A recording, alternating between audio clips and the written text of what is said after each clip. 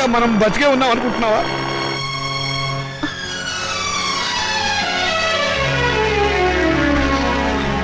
అమ్మా నాన్న ఇక్కడ ఏం జరిగింది? మీ అన్నయ్యలు మమ్మల్ని వెళ్ళి కొట్టారమ్మా. మరి నేను గుర్తుకు రాలేదా అమ్మా? ఈ కూతురు ఇంటికి రావాలనిపించలేదా నాన్న? ఇంకా మమ్మల్ని క్షమిస్తున్నావా తల్లి? వద్దమ్మా వద్దు. ఏం మాటలు నాన్న ఇవి? నేను మీకు చేసిన అన్యాయానికి కూతురు నన్నేగా రానంటున్నారు. ఇదే కొడుకైతే ఇలా అనగల. వద్దమ్మా, ఆ పదమే ఉచ్చరించకమ్మా, నేను భరించలేను. అయితే పదండి నాన్న, కూతురుగానే మిమ్మల్ని నా ఇంటికి తీసుకెళ్తాను. నా కడుపులో పెట్టుకుని కాపాడుకుంటాను. కానీ పెంచిన మీ ఇద్దరి రుణాన్ని తీర్చుకుంటాను. ఇక నుంచి నేను మీ కన్న కూతుర్ని కాదు, కన్న తల్లిని. మీరే నా బిడ్డలు.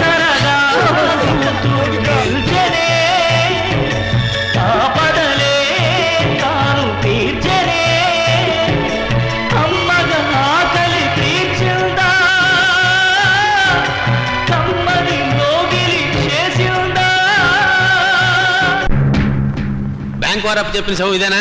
అవును సార్. కట్టెందుకో డొక్క నుంచి గుట్లు వేసి పోస్ట్ మార్టం అని చెప్పి సర్టిఫికెట్ ఇచ్చేద్దాం. సార్, ఈ శవం ఊపిరి పీలుస్తుంది, ఇతను బతికేమన్నట్టున్నాడు సార్. షటప్! నా కెరీర్ లో బతికిన వాళ్ళని బతకలేదు, చచ్చిన ఈ శవాన్ని బతికిస్తానా? నన్ను డిస్టర్బ్ చేయకుండా బతికాడు. Get out! నేను బతికే ఉన్నాను సార్. నిజం సార్. బ్యాంకు వాళ్ళు అప్పెక్కొట్టడం కోసం శవంలా నటిస్తున్నాను సార్. అదే సంగతి ముందుగానే చెప్పు, లేకపోతే టెన్షన్ ఆపుకోవాలి. నిజంగా చెప్పేసామండి. మీరు ఆ టెన్షన్ ఆపి అటువైపు చూడండి సార్. నాలాంటి వాడే అక్కడ ఇంకొకడు ఉన్నాడు.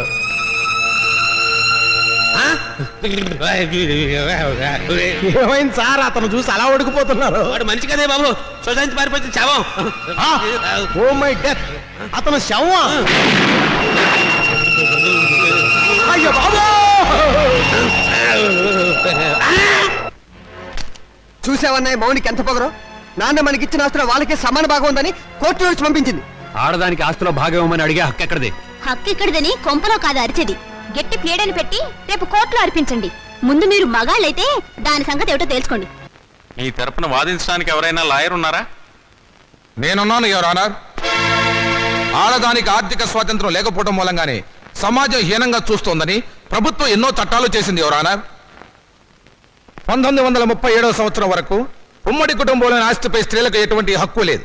కానీ Hindu women's right to properties act of 1937 ప్రకారం పూర్వీకుల ఆస్తిపై మగవారితో పాటు ఆడవాళ్లకు కూడా ఆస్తిపై హక్కు వచ్చింది.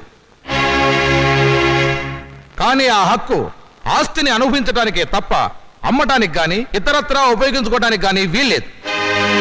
హిందూ సక్సెషన్ యాక్ట్ 1956ను ఆంధ్రప్రదేశ్ ప్రభుత్వం వారు కొన్ని సవరణలు చేశారు.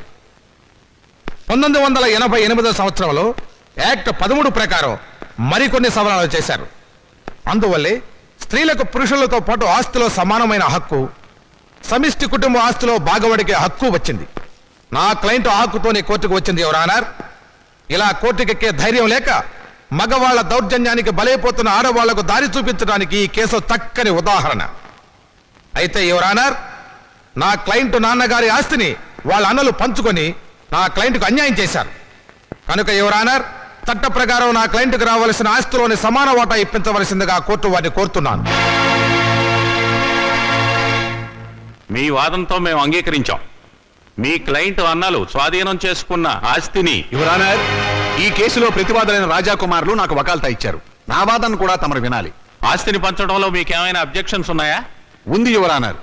నా క్లయింట్స్ తండ్రి రామచంద్రయ్య గారు ప్రముఖ పారిశ్రామికవేత్త చలపతిరావు గారి దగ్గర 3 లక్షల రూపాయలు అప్పుగా తీసుకున్నారు. అది వడ్డీతో కలిపి 4 లక్షల రూపాయలైంది. దానికి సంబంధించిన నోటు తమకు సమర్పించడం జరిగింది యువర్ ఆనర్. ఆస్తి హక్కే కాదు, అప్పుల్ని పంచుకోవలసిన బాధ్యత కూడా అందరి మీద ఉంది. రామచంద్రయ్య గారి ఆస్తి విలువ మొత్తం 4 లక్షల రూపాయలు. దాని 2 కూతుళ్ళు 2 కొడుకులకు సమానంగా పంచితే తలకొక 1 లక్ష వస్తుంది. అదే అప్పును పంచితే ఒక్కొక్కళ్ళు 1 లక్ష తీర్చవలసి ఉంటుంది. ఆ అప్పును నా క్లయింట్స్ ఆల్రెడీ తీర్చేశారు గనక ఇక మాలతి మౌనికలకు ఆస్తి పంచవలసిన అవసరం లేదు అని కోర్టు వారు గమనించవలసిందిగా వేడుకుంటున్నాను. నాన్న, నన్ను నిజం చెప్పనివ్వకుండా తల వంచుకునేలా చేశావు. వాళ్ళు లేని అప్పులు సృష్టించారు. నువ్వు బ్రతికే ఉన్నావని కోర్టులో ఒక్క మాట చెప్పుంటే వాళ్ళ బ్రతుకుల్లో బాంబు పడేది. బ్రతికున్న నిన్ను చంపి పిఎఫ్ కాజేసిన నేరానికి జైలు కూడా తినేవాళ్ళు. కోర్టులో నిజం చెప్పొద్దని నువ్వు అడ్డుపడ్డావు. మా స్వేచ్ఛని, మా ఆనందాన్ని, మా బ్రతుకుల్లో కొడుకుల కోసం తాకట్టు పెడితే గాని నీకు తృప్తిగా ఉండదు. చిచి, మీ అమ్మ నిన్ను కనకుండా ఉండుంటే మేమంతా హాయిగా ఉండేవాళ్ళం. నాకే ఎంచక్కా పెళ్లి కాకుండా కడుపు తెచ్చుకుని పిల్లల్ని కంటాను. కానీ అది మీకే చెడ్డ పేరు.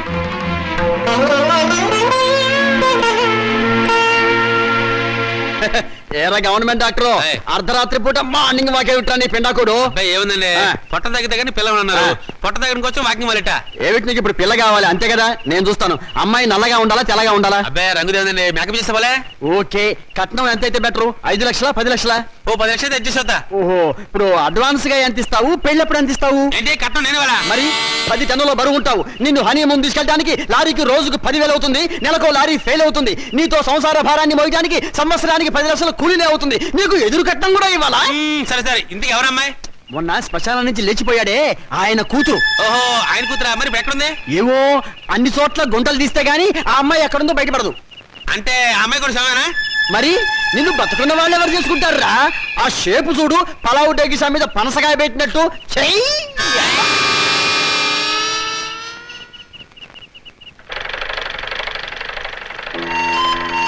నమస్కారం అండి. ఇదిగో పరాయి మనుషుల అండీలు నమస్కారాలు ఏమిటి? ఏదో మర్యాద. అమ్మగారు లేరా? లేదు, మౌనికతో కలిసి గుడికి వెళ్ళింది.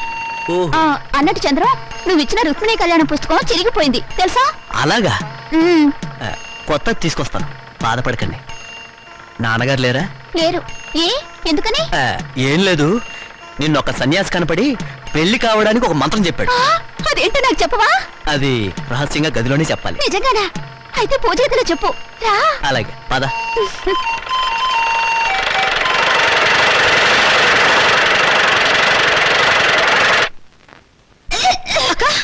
ఏందన్నావే వాంతి చేసుకుంటున్నావు?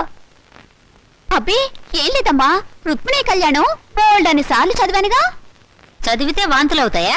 మరి కడుపు వస్తే వాంతులు అవుతాయని చంద్రం చెప్పాడుగా. కడుపా? అవును, నాన్నగారు మాట తప్పారు, నేను నెల తప్పాను. ఎవరక్క? ఎవరు చేసరి పని? ఇంకెవరు? చంద్రం నేను రుక్మిణి కళ్యాణం బోల్డని సార్లు చదివాగా. ఆ తర్వాత అతను నన్ను దగ్గరికి తీసుకుని ఏమేమో చేశాడు. అంతే, కడుపోయిందేమో వాంతులు వస్తున్నాయి. వసతి తుప్పలేగా ఎంత పని చేసావే. నమస్కారం. అంతా బాగున్నారా? లేదు, ఇప్పుడే చచ్చిపోయాం. పాపం ఏదో బాధలో ఉన్నట్టున్నారు. మాలతి నెల తప్పింది. ఛా, నిజంగానా? పెళ్లి కాని ఆడపిల్ల కడుపు చేసిన ఆ నీచుడెవరు? నీకు తెలీదా? తెలిస్తే వాడిని బతకనిస్తానా? మానసిని గర్భవతి చేస్తుంది నువ్వు కదా? అదే అడుగుతున్నాను. ఆ పని చేసింది నేనేనా, ఇంకెవడైనా ఉన్నాడా? నోర్మై! ఎంత ధైర్యరా నీకు? ఆ అమాయకుల జీవితాన్ని నాశనం చేసింది చాలక తెలివిగా మాట్లాడుతున్నావా? నిన్ను ముక్కలు ముక్కలు నరికేస్తాను. వదిలిపెట్టు నాన్న. ఇటువంటి వాడిని బ్రతకనివ్వకూడదు. వీడిని చంపేస్తా. చూడండి, ఇప్పుడు కావాల్సింది ఆలోచన కానీ ఆవేశం కాదమ్మా. మొదట ఆ అమ్మాయికి ఎంత ఖర్చు అయినా కడుపు తీయించండి. లేకపోతే నా కాళ్ళు కడికి పెళ్లి చేసి 2 లక్షలు కడుపు చేసినందుకు కానుగ్గా ఇవ్వండి. మీ వల్ల కాకపోతే నన్ను చంపేసి కడుపులో ఉన్న ఆ బిడ్డకి తండ్రి లేని వాడిని చేయండి. ఆ తరువాత తలమాసిన మీ అక్కకి తెల్లచీర కట్టి కలకాలం కళ్ళలో పెట్టి చూసుకోండి. ఏ పని చేసినా తెలివిగా చేయండి అమ్మా. మరి వస్తాను మామయ్య గారు. వస్తాను అత్తయ్య గారు.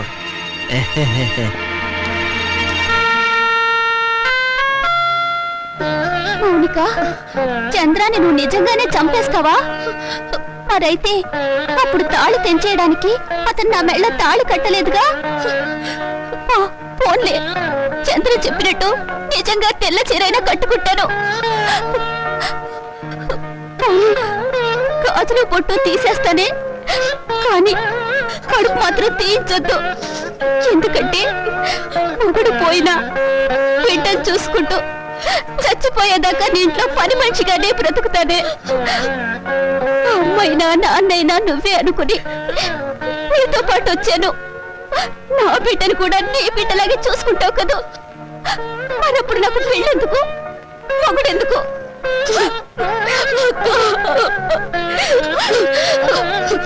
నువ్వేం బాధపడకక్క. ఎన్ని కష్టాలైనా నష్టాలైనా నీకు మాత్రం అన్యాయం జరగనివ్వను. ఆ చంద్రునితోనే నీ పెళ్లి నేను చేస్తాను. మౌనిక, నీకు కావాల్సింది 2 లక్షలే కదా, నేను ఇస్తాను, సరేనా? నువ్వా? ఏ, నేను ఇవ్వకూడదా? వద్దు, ఇప్పటికే నువ్వు నాకు చాలా సహాయం చేశావు. నీకు సాయం చేసి నేను దివాళా తీశాను. అది కాదు, నువ్వు ఇలా సహాయం చేస్తుంటే 10 మంది ఏమంటారు? ఏమంటారు? అన్ని నువ్వే అనుకుంటున్నావు, అన్ని నువ్వే అంటావు. మంచి పని చేస్తే చెడుగా వాగేవాళ్ళు చాలా మంది ఉంటారు. వాళ్ళ కోసం కాదు, మన కోసం మనం బ్రతకాలి. నిన్ను బాధ పెట్టాలని కాదు శ్రీకాంత్, మనంగా గుర్తింపు పొందాలని. నిన్ను బాధ పెట్టుంటే ఐఎమ్ సారీ. ఇక నీకు సారీ చెప్పే అవసరం ఉండదు. ఎందుకని? నేను బిజినెస్ పని మీద అమెరికా వెళుతున్నాను. 6 నెలల వరకు తిరిగి రాను. అన్ని రోజులే? ఏ, నా డబ్బు అవసరం లేనప్పుడు ఎన్ని రోజులుంటే నీకే? అది కాదు, అక్కడ అమెరికా పిల్ల నిన్ను లాగేసుకుంటే? ఆహా, ఎప్పటి నుంచి నీకు ఈ జబ్బు? నేను నీ దాన్ని అయ్యాక నీ జబ్బు నాకు రాదా? అచ్చా, ఇస్ ఇట్? అప్పుడియా? అరే బ్రదర్, నాన్నని మౌనికని మోసం చేసినట్టు నన్ను మోసం చేయవు కదా? చచ్చినా చేయను, మనం తాగిన మందు మీదట్టు. కానీ నాకు చిన్న డౌట్. ఏంటి బ్రదర్? ఆ శ్రీకాంత్ గారు అమెరికా నుంచి రాగానే మౌనిక మనల్ని కొట్టిస్తుందేమా? షడప్, దాని మెడ ఈ టైప్లో.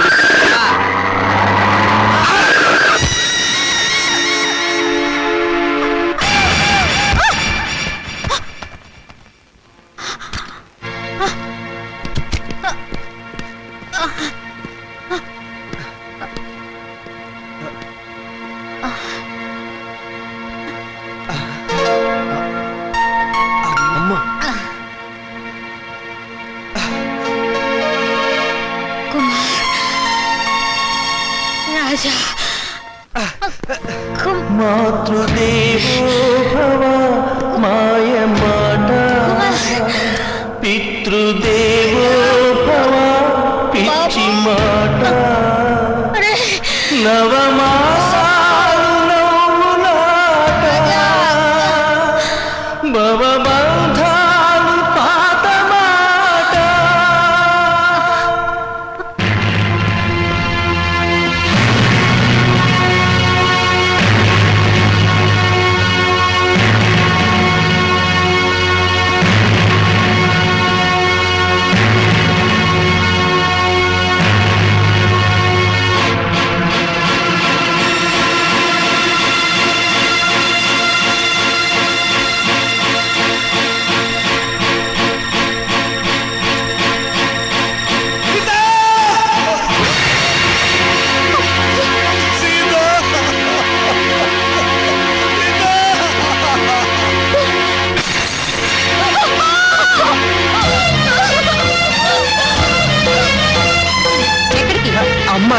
అమ్మ లేదు, బొమ్మ లేదు. ఇప్పుడు వెళ్తే దహనం ఖర్చులు, దినం ఖర్చులు అన్ని మన మీదే పడతాయి. మీ అమ్మ చావు మీరు చూడలేదు. పదండి పదండి పదండి పదండి.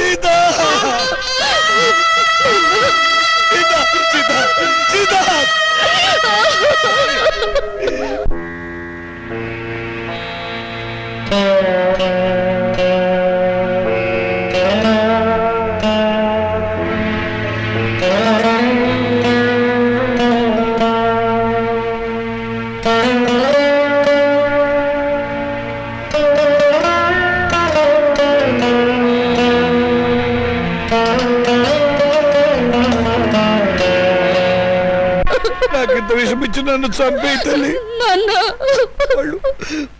వాళ్ళు నన్ను మళ్ళీ మోసం చేశారమ్మా.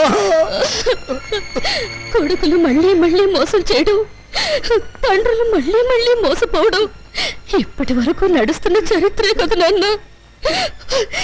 ఇలా జరుగుతుందని నాకు ముందే తెలుసు నాన్న. ఆ చరిత్ర నీలాంటి కూతురు చేతుల్లో సమస్య పోవాలమ్మా, నగ్నమైపోవాలి.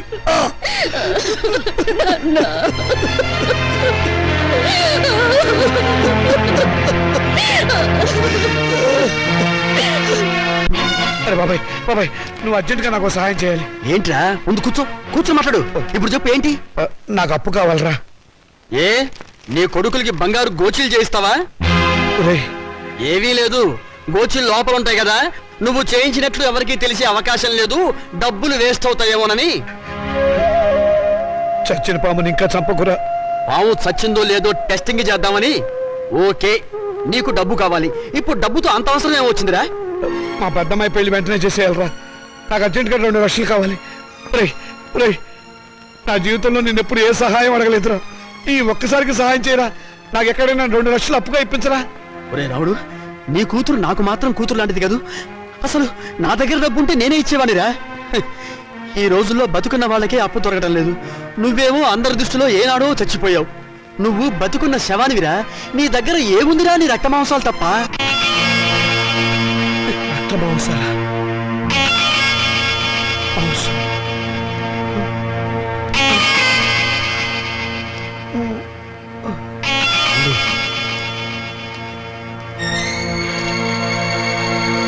నీ దగ్గర ఏముందిరా నీ రక్త మాంసాలు తప్ప. నీ దగ్గర ఏముందిరా నీ రక్త మాంసాలు తప్ప. నీ దగ్గర ఏముందిరా నీ రక్త మాంసాలు తప్ప.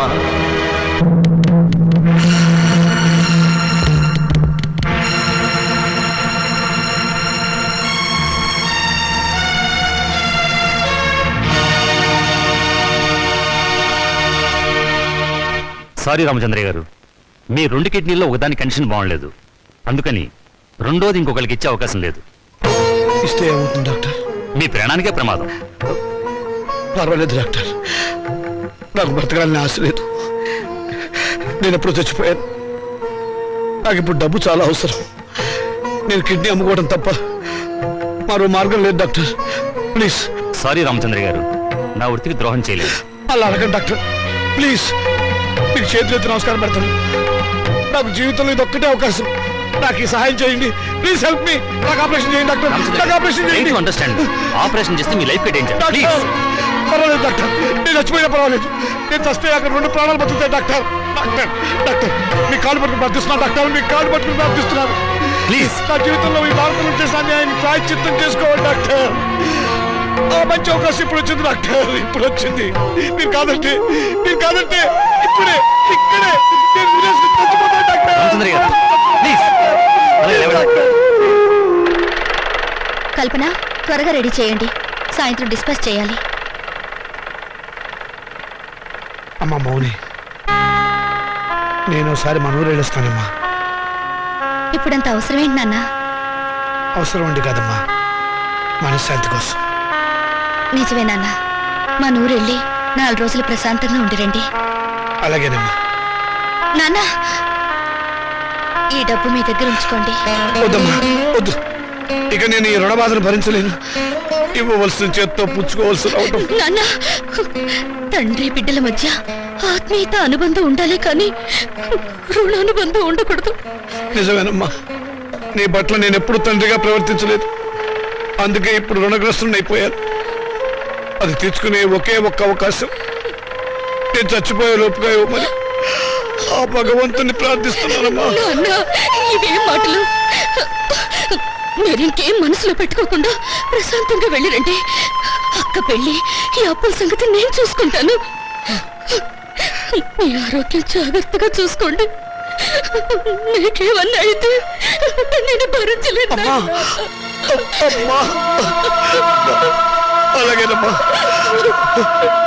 పసుపు కుంకుమలతో, పిల్ల పాపలతో, ఆయురారోగ్యాలతో నిండు 100 ఏళ్ళు జీవించమ్మా, జీవించు.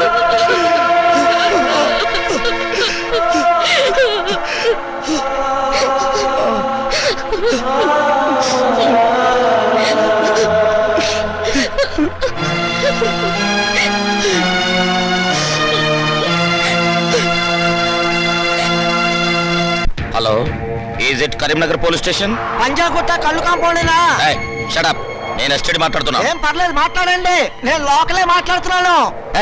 ఎవడై నువ్వు? నేను ఎస్ఐ వేదవ్యాసం మాట్లాడుతున్నాను. నేను డిఎస్పీ చిదంబరాన్ని. డిఎస్పీ చిదంబరం? ఈ పేరు గల వల్ల మా డిస్ట్రిక్ట్ లో లేరే.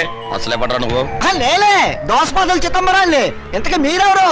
దోసపాదుల చిదంబరం. హలో హలో, వీడెవడు లోకల్ కాలం ఎస్టీలోకి వీడెవడు ఎస్టీడీ నుంచి లోకల్లోకి వచ్చినట్టున్నాడు. హలో హలో హలో, అవును యువతలు మాట్లాడుతుంటే ఎవడో లైన్ కట్ చేసాడు వేధవా. హలో హలో,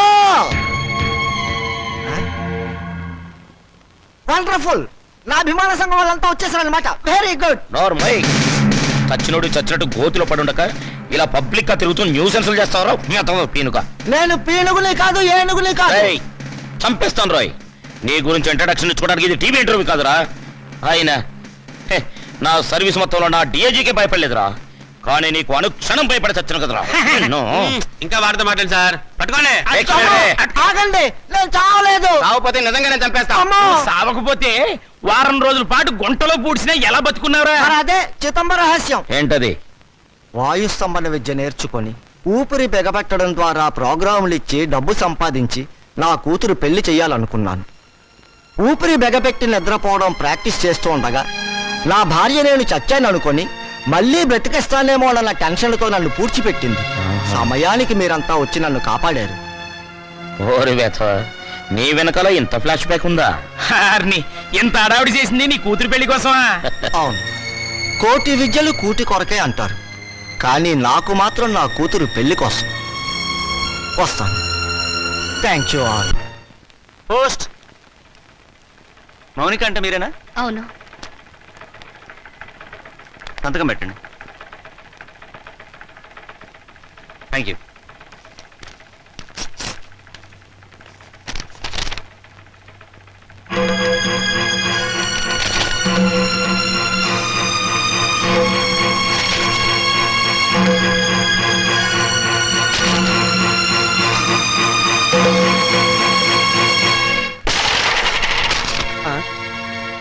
ఏమిటి ఇలా వచ్చావు? రావటానికి సిగ్గుండాలి. సిగ్గు లేని వాళ్ళ దగ్గరకు రావడానికి సిగ్గెందుకు? నోరు మూసుకుని బయటకున్నాడు. నడుస్తాను. ఈ కోర్టు నోటీస్ ఎందుకు ఇచ్చారు? ఇంకా మా దగ్గర ఏం మిగిలిందని? అదే, ఆస్తి మీద సమాన హక్కు కోసం. ఆస్తా ఎక్కడుంది? ఉన్నా మీరేం మిగిల్చారు? లేని అప్పులు చూపించి మొత్తం దిగి మింగారుగా. మిగిల్చాం కాబట్టే కోర్టుకెక్కాం. మాకు మిగిలింది గౌరవనీయులైన నాన్నగారు. ఆయనే మాకు ఆస్తి, ఆ ఆస్తిలో మాకు వాటా ఉంది. మనుషులు ఆత్మీయులు అవుతారు కానీ ఆస్తులు కారు. ఎందుకు కారు? అమ్మితే డబ్బు వచ్చే ప్రతిదీ ఆస్తి కింద లెక్కే. నాన్న ఒంట్లో అమ్ముకోవడానికి పనికొచ్చే ప్రతి భాగం మీద మాకు హక్కు ఉంది. అమ్మగా వచ్చిన డబ్బులో మాకు వాటా ఉంది. మీరు మనుషులు రాక్షసులా? నువ్వేంటే రెచ్చిపోతున్నావు? నువ్వు మాత్రం ఏమైనా తక్కువ తిన్నావా? నాన్నగారి కిడ్నీని 2 లక్షలకు అమ్మేసుకోలేదు నువ్వు. ఏంటి? నాన్నగారు కిడ్నీ అమ్మేశారా? అంత అనుమానంగా ఉంటే ఇంటికి వెళ్ళి ఆయన పట్టుకోసి లెక్క పెట్టు. 1 ఉందో 2 ఉన్నాయో నీకే తెలుస్తుంది.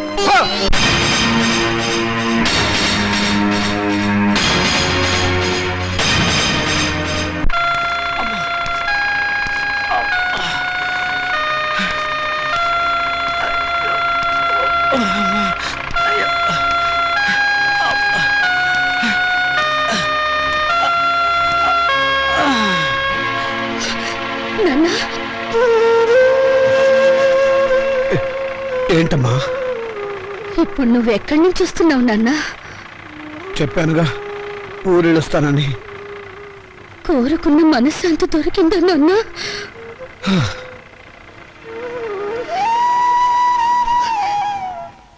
దాని ఖరీదు 2 లక్షలు నాన్న. అది నీ శరీరంలో భాగం కాదా నాన్న? మౌనిక, శరీరంలో భాగాలు అమ్ముకుని మమ్మల్ని ఆదుకోవాలని చూస్తున్నావా నాన్న? ఆ దుర్మార్గులకు నా మనసును తాకట్టు పెట్టి దరిద్రుడైన వాడిని, మీ అమ్మ దగ్గరికి ఎంత తొందరగా వెళ్ళిపోవాలని ఆశలతో ఉన్నవాడిని, అన్యాయం చేసిన ఆడపిల్లలను ఆదుకోవటానికి నా రక్త మాంసాలు అమ్ముకోవడం తప్ప ఏమీ చేయలేని వాడిని. అంతకంటే నేనేం చేయగలనమ్మా? ఇప్పుడు నీ కొడుకుల కోర్టుకెక్కింది. ఆ రక్త మాంసాల కోసమే నాన్న. నిజమ్మా? అంత నీచాన్ని కూడా కట్టారా దుర్మార్గులు? వాళ్ళు వదిలిపెట్టకూడదమ్మా, వాళ్ళు అంత చూడాలి.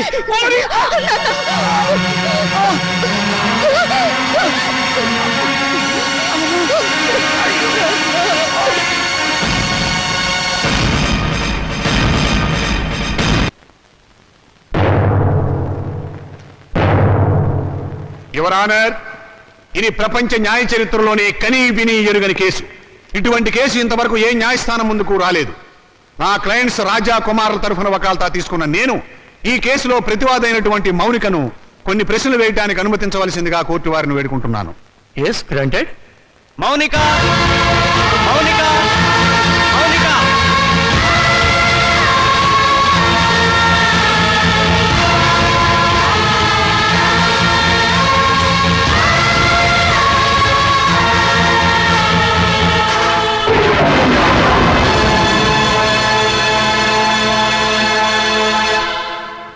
చూడమ్మా మౌనిక, కుమార్ రాజాలు నీకేమవుతారు? కీర్తిశేషులు. తెలుగు రాదా? చచ్చిపోయిన వాళ్ళు. చూశారా చూశారా, ఈ అహంకారంతోనే ఈ మౌనిక సంవత్సరం క్రితం కోర్టుకెక్కింది. హిందూ వారసత్వ చట్టం 1956 ఏపీ యాక్ట్ సెక్షన్ 13A ప్రకారంగా తండ్రి సంపాదించిన ఆస్తిలో కొడుకులతో పాటు కూతుళ్లకు కూడా వాటా ఉందని కోర్టుకెక్కి పోరాడి గెలిచింది. ప్రస్తుత విషయానికి వస్తే నా క్లయింట్స్ తండ్రి రామచంద్రయ్య గారు తన మూత్రపిండాన్ని 2 లక్షల రూపాయలకు అమ్ముకున్నాడు. ఆనాడు న్యాయం, చట్టం, వారసత్వం అంటూ పోరాడి తన ఆశక్కును గెలుచుకున్న ఈ మౌనిక తన తండ్రి మూత్రపిండాలమ్మి సంపాదించిన 2 లక్షల రూపాయలు తండ్రి ఆస్తేనని, తనతో పాటుగా తన అన్నలు కూడా దాంట్లో వాటా పంచాలి అన్న ఇంగిత జ్ఞానం లేకుండా వాళ్ళని మోసం చేసే డబ్బు మొత్తం కాజేసింది. మూత్రపిండం ఆస్తి కాదు, శరీరంలో ఒక భాగం. అదే అదే యువర్ ఆనర్, అది శరీరంలో ఒక భాగమే అయినా అమ్మినప్పుడు డబ్బు వస్తే అది ఆస్తి కిందే లెక్క. నా క్లయింట్స్ అండి రామచంద్రయ్య శరీరం ఎవరిది? నా క్లయింట్స్ తాత నాయనమ్మలది. వాళ్ళు జన్మనివ్వబట్టే కదా ఈ రామచంద్రయ్య అనే వ్యక్తి భూమి మీదకి వచ్చింది. అంటే రామచంద్రయ్య శరీరం వాళ్ళ తాతగారిది అన్నమాట. మరి తాతగారిచ్చిన ఆస్తిని పంచుకునే హక్కు ఉన్నప్పుడు ఆయన జీవం పోసిన శరీరాన్ని పంచుకుంటే తప్పేమిటి?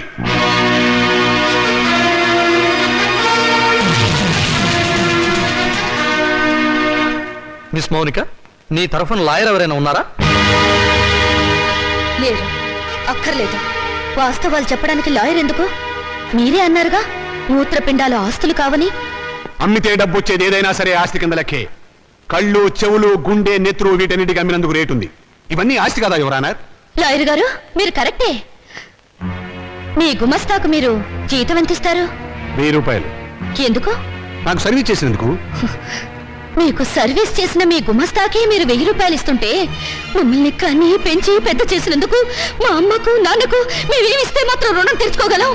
కనీ పెంచడం కూలి కింద రాదు. ఎందుకు రాదు? తల్లిదండ్రులు వాళ్ళ కామం తీర్చుకోవడానికి ఏకమవుతారు. ఏకమైనప్పుడు మేమెందుకు పుట్టాలి? అది సుశీధర్మం. ధర్మం కాదు, శ్రమ. తల్లిదండ్రులు పిల్లల్ని పుట్టించే యంత్రాలనుకుంటే ఆ యంత్రాలు పడిన శ్రమకు కూలి ఇవ్వాలి. వీళ్ళిచ్చారా? పని చేసే యంత్రానికైనా శక్తి, విశ్రాంతి కావాలి. మీ క్లయింట్స్ యంత్రాల్లో బ్రతికి నా తల్లిదండ్రులకు అవి ఇచ్చారా? అసలు వాళ్ళని మనుషుల్లో చూసారా? అడగండి యువరానా. వీళ్ళను పుట్టించినందుకు కూలి ఇవ్వాలి. 9 నెలలు మోసిన మా అమ్మ కూలి ఇవ్వాలి. మా నాన్న నెత్తురు పంచినందుకు దానికి రేటు కట్టాలి. అమ్మ దగ్గర తాగిన పాలకు, వాళ్ళు పెట్టిన కష్టాలకు, కడుపు మంటకు, మా తల్లిదండ్రులు పడ్డ ఆవేదనకు రేటు కట్టాలి. కట్టమనంటే రేటు. శంకర్రావు గారు, మీ సమాధానం ఏమిటి? ఈ వాదనకి అర్థం లేదు యువర్ ఆనర్. ఉంది, అర్థం ఉంది యువరానా. నా తల్లిదండ్రులకు కూలి ఇవ్వమని మీరు జడ్జిమెంట్ చెప్తే వాళ్ళమ్మ కూడా కూలి కోసం కోర్టుకెక్కుతుందని ఆయనకు భయం. Silence, silence. యువర్ ఆనర్, మీరు ప్రతివాదిని మందలించాలి. మౌనిక, మన తాతలకి షుగరు, బీపీ ఉంటే అది వంశంలో అందరికీ వస్తుంది, అవునా? అవును. మరి రోగాలను పంచుకున్నప్పుడు ఆ రోగాలకు కారణమైన అవయవాలను పంచుకోవడంలో తప్పు లేదుగా? పంచుకోవచ్చు. Note this point your honour. Lawyer గారు, మా తాతగారు చాలా మంచివారు. ఎందుకు? బుద్ధిమంతుడు కాబట్టి. ఆయన్ని కొడుకులు బాగా చూసుకునేవారు. ఎందుకు? జన్మనిచ్చాడు కాబట్టి. మరి రోగాలు వంశంలో అందరికీ వచ్చినప్పుడు బుద్ధులు కూడా రోగాలతో పాటు రావాలిగా. మీ క్లయింట్స్ గా వచ్చినాయా లేదా అని అడగండి ఒకసారి. రాలేదు కాబట్టే కోర్టుకెక్కారు. ఒక చెట్టుకు కాసిన కాయలన్నీ ఒకే రకంగా ఉండవుగా. కానీ కాయలు చెట్టును చంపవుగా. మీ క్లయింట్స్ మా నాన్నగారి మూత్రపిండాలమ్మిన సొమ్ము కోసం ఈ కోర్టుకెక్కారు. కానీ కానీ మా నాన్నగారు లేరు. సంవత్సరం క్రితం చచ్చిపోయారు. పచ్చి అబద్ధం. ఆయన బతికే ఉన్నారు. యువరానా, నా మాజీ అన్నలు వీరి క్లయింట్స్ సంవత్సరం క్రితం మా నాన్నగారు చచ్చిపోయారని డాక్టర్ సర్టిఫికేట్ ఇచ్చి ప్రావిడెంట్ ఫండ్ పెన్షన్ తీసుకున్నారు. ఈ డెత్ సర్టిఫికేట్ వాళ్ళు ఇచ్చిందే యువరానా. చూడండి, ఎప్పుడో చచ్చిపోయిన మా నాన్నగారు ఇప్పుడు ఎలా వచ్చారు? ఆయనకు మూత్రపిండాలు ఎలా ఉంటాయి? చెప్పండి యువరానా, చెప్పండి.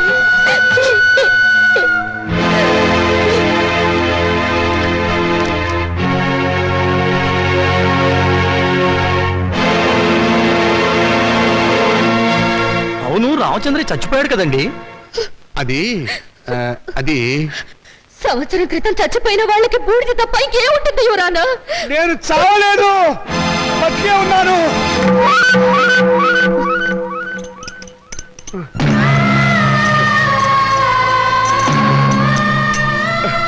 నేను చావలేదు యువరానా, బతికే ఉన్నాను. అరే, ఈయన బ్రతికే ఉన్నాడుగా. నన్ను ఆ బోన్ దగ్గర తీసుకెళ్ళు. యువరానా, మీరు లా పుస్తకాలు చదివి తీర్పు చెప్తారు, లా లేని ప్రపంచం తీరును, రక్త సంబంధం తీరును చూసి తీర్పు చెప్తారు. ఆలోచించండి. కొడుకుల పిచ్చిలో పడి కూతుర్లకు అన్యాయం చేశాననే బాధలు ఈ వెర్రి తండ్రి 2 లక్షలకు మూత్రపిండం అమ్ముకున్నాడు. ఆ సొమ్ములో వాటా కావాలని వీళ్ళు కోర్టుకెక్కారు. తల్లిదండ్రుల రక్త మాంసాలు పంచుకునేవి కావు. ప్రపంచంలో ఏ కోర్టులోనూ ఇటువంటి కేసు ఏ బిడ్డ ఏ తండ్రి మీద వేయలేదు. ఆ అదృష్టం మన రాష్ట్రానికి దక్కింది ఇటువంటి కొడుకుల దయ వల్ల. యువరానా, తండ్రి మాట కోసం రాముడు 14 ఏళ్లు అడవికి వెళ్ళాడు. తల్లిదండ్రులను పూజించి పాండురంగుడు దేవుడయ్యాడు. వీరగాథలు చెప్పి శివాజీ నెత్తురులో దేశభక్తి నింపింది అతని తల్లి జిజియాబాయ్. అటువంటి తల్లులు తండ్రులు బిడ్డలు పుట్టిన చరిత్ర గల దేశం మనది. ఓ చరిత్రలో పుట్టిన పురుగులు నా అన్నలు. శిబి చక్రవర్తి కర్ణుడు వాళ్ళ శరీరాలను కోసి దానం చేస్తే కన్న వాళ్ళను కోసి పెళ్ళాలతో పలా వండించుకుని తినాలనే పుర్రెలు వీళ్ళవి. అందుకే రక్త మాంసాల కోసం కోర్టుకెక్కారు. కుక్క మాంసం తినదు, కానీ మనిషి మాంసం కోసం, కన్న వాళ్ళ మాంసం కోసం ముందుకొచ్చారు. నాగరికతకు పట్టిన చెడ పురుగులు బిడ్డ. ఇటువంటి వాళ్ళను క్షమించి వదలకూడదు యువరానా. చెప్పండి మీ జడ్జిమెంట్. దేశ జనాభా పెరగకుండా ఆపరేషన్లు చేయించడం కాదు, ఇటువంటి మాతృహంతకులు పితృహంతకులు దేశంలో పెరగకుండా కొత్త ఆపరేషన్లు కనిపెట్టమని సైంటిస్టులకు చెప్పండి యువరానా, చెప్పండి చెప్పండి.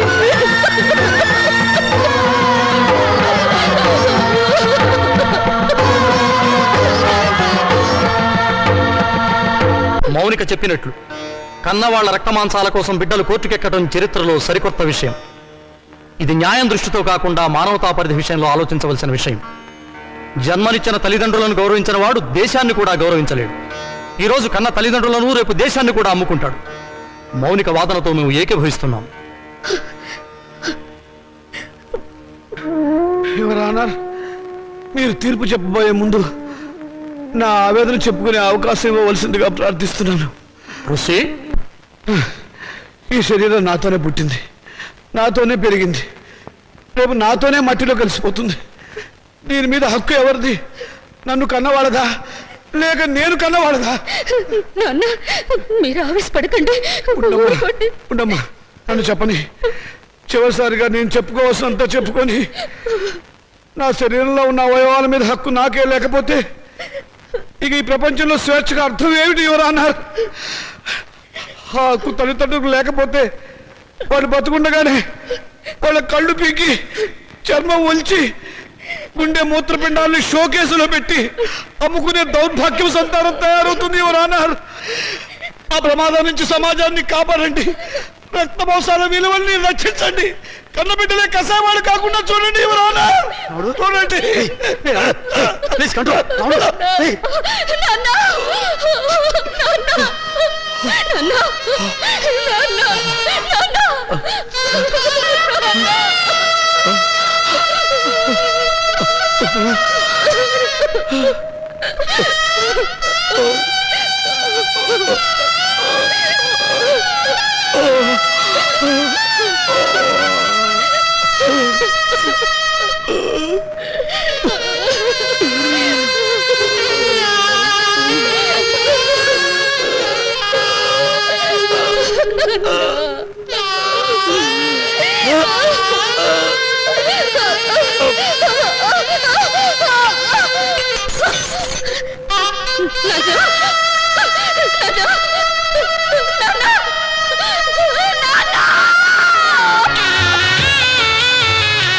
నాన్న చితికిని పండించే హక్కు నీకు లేదు.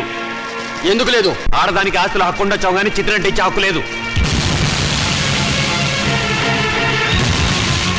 సాంప్రదాయం ఒప్పుకోదు, ఆచారాలు అంగీకరించవు.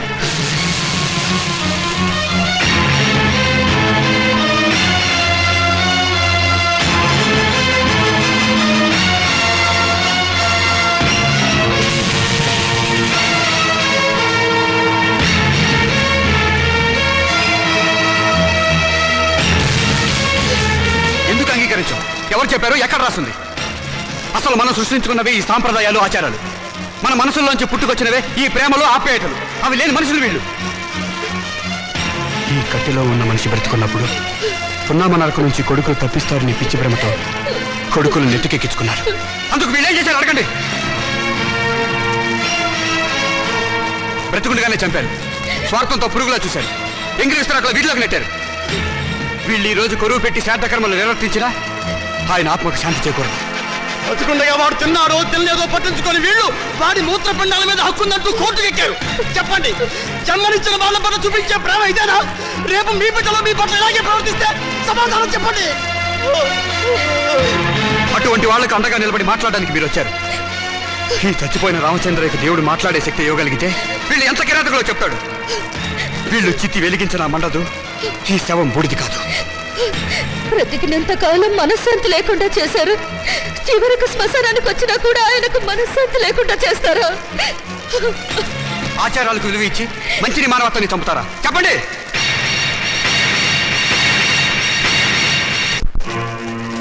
చిచ్చి, వీళ్ళెంత వెదవలని మాకు తెలియదు. ఇంకా చూస్తారని సిగ్గు లేకుండా వెళ్ళండి. మేము వెళ్ళం. వీళ్ళ సంగతి ఏమిటి ఈరోజు తెలుస్తాం. ఏంట్రా తెలిసేది? మనిషిని మనిషిగా చూడని మనుషులురా మీరు. ఇంకా చూస్తారే? పట్టండి, రండి, రండి, రండి.